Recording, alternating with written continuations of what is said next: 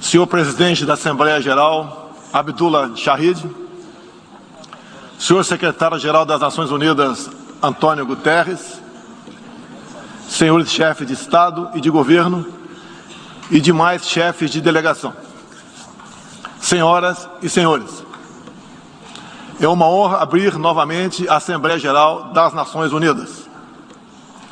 Venho aqui mostrar o Brasil diferente daquilo publicado em jornais ou visto em televisões. O Brasil mudou e muito depois que assumimos o governo em janeiro de 2019. Estamos há 2 anos e 8 meses sem qualquer caso concreto de corrupção. O Brasil tem um presidente que acredita em Deus, respeita a Constituição, valoriza a família e deve lealdade ao seu povo. Isso é muito. É uma sólida base se levarmos em conta que estávamos à beira do socialismo.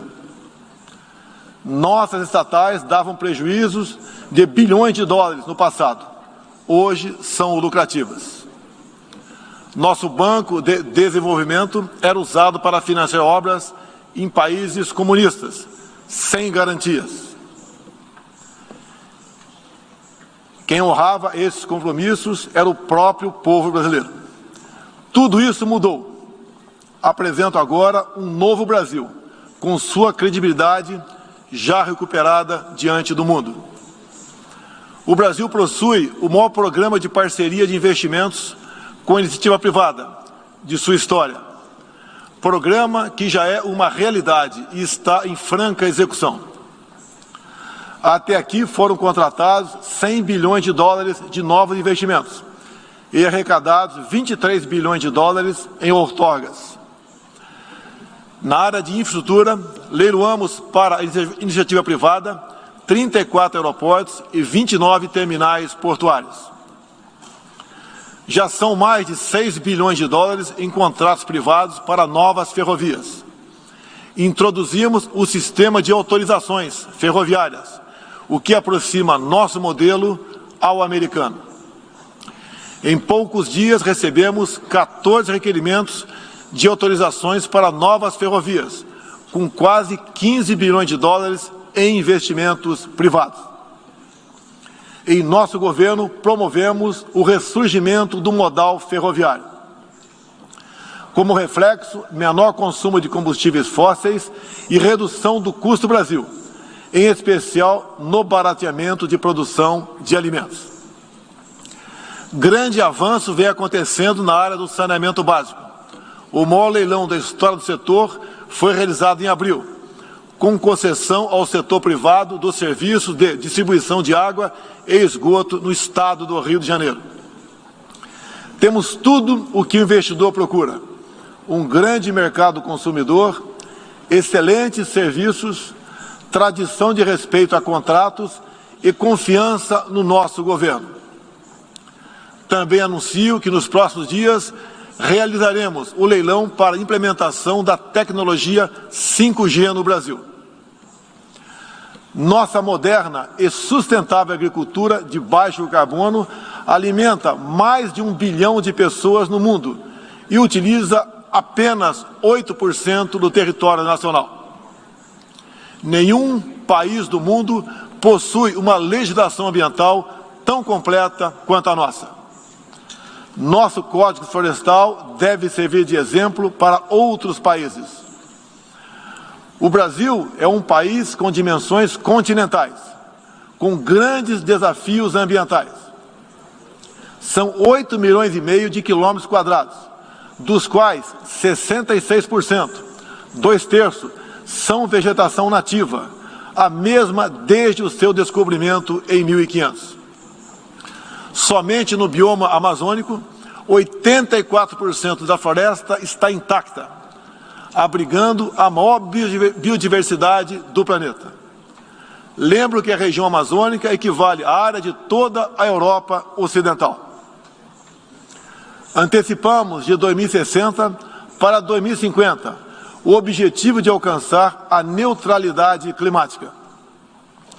Os recursos humanos e financeiros destinados ao fortalecimento dos órgãos ambientais foram dobrados, com vistas a zerar o desmatamento ilegal.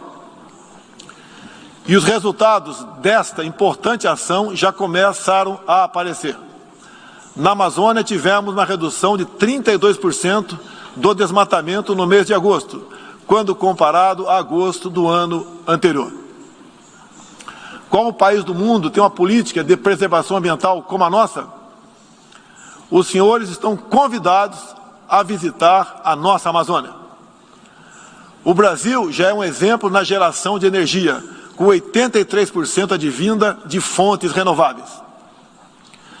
Por ocasião da COP26, buscaremos consenso sobre as regras do mercado de crédito de carbono global.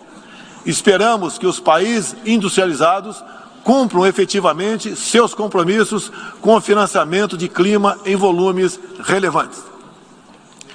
O futuro do emprego verde está no Brasil.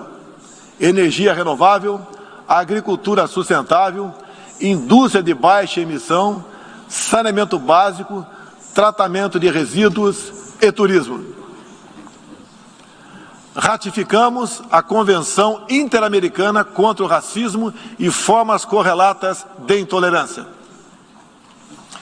Temos a família tradicional como fundamento da civilização. E a liberdade do ser humano só se completa com a liberdade de culto e de expressão.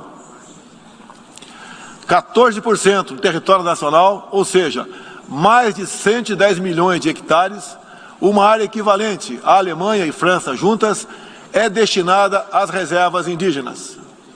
Nessas regiões, 600 mil indígenas vivem em liberdade e cada vez mais desejam utilizar suas terras para agricultura e outras atividades.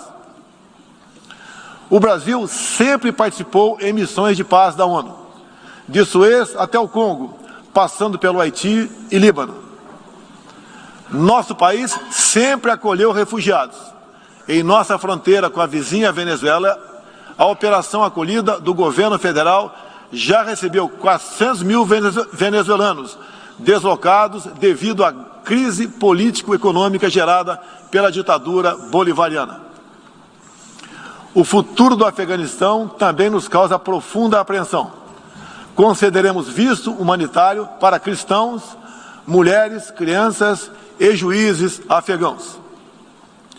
Nesses 20 anos dos atentados contra os Estados Unidos da América, em 11 de setembro de 2001, reitero nosso repúdio ao terrorismo em todas as suas formas.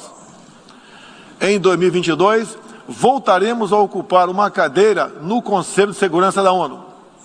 Agradeço aos 181 países e um universo de 190 que confiaram no Brasil.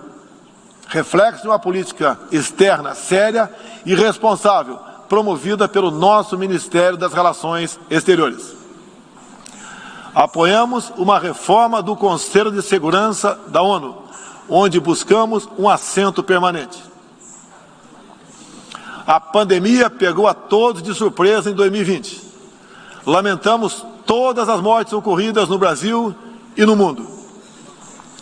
Sempre defendi combater o vírus e o desemprego de forma simultânea e com a mesma responsabilidade.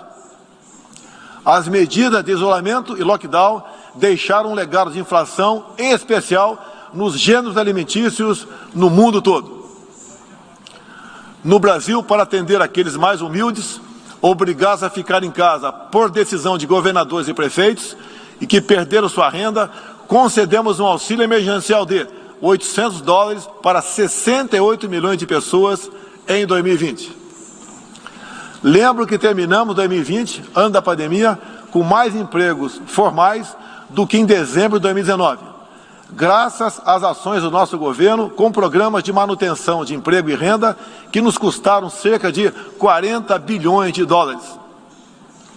Somente nos primeiros 7 meses deste ano, criamos aproximadamente 1.800.000 novos empregos. Lembro ainda que o crescimento para 2021 está estimado em 5%. Até o momento, o governo federal distribuiu mais de 260 milhões de doses de vacinas e mais de 140 milhões de brasileiros já receberam, pelo menos, a primeira dose, o que representa quase 90% adulta. 80% da população indígena também já foi totalmente vacinada. Até novembro, todos que escolheram ser vacinados no Brasil serão atendidos. Apoiamos a vacinação. Contudo, o nosso governo tem se posicionado contrário ao passaporte sanitário ou a qualquer obrigação relacionada à vacina. Desde o início da pandemia, apoiamos a autonomia do médico na busca do tratamento precoce, seguindo recomendação do nosso Conselho Federal de Medicina. Eu mesmo fui um desses que fez tratamento inicial. Respeitamos a relação médico-paciente na decisão da medicação a ser utilizada e no seu uso off-label. Não entendemos porque muitos países, juntamente com grande parte da mídia, se colocaram contra o tratamento inicial. A história e a ciência saberão responsabilizar a todos. No último 7 de setembro, data da nossa independência, milhões de brasileiros, de forma pacífica e patriótica, foram às ruas, na maior manifestação de nossa história. Mostrar que não abre mão da democracia, das liberdades individuais e de apoio ao nosso governo. Como demonstrado, o Brasil vive novos tempos. Na economia, temos um dos melhores desempenhos entre os emergentes. Meu governo recuperou a credibilidade externa e hoje se apresenta como um dos melhores destinos para investimentos. É aqui, nesta Assembleia Geral, que vislumbramos um mundo de mais liberdade, democracia, prosperidade e paz. Que Deus abençoe a todos.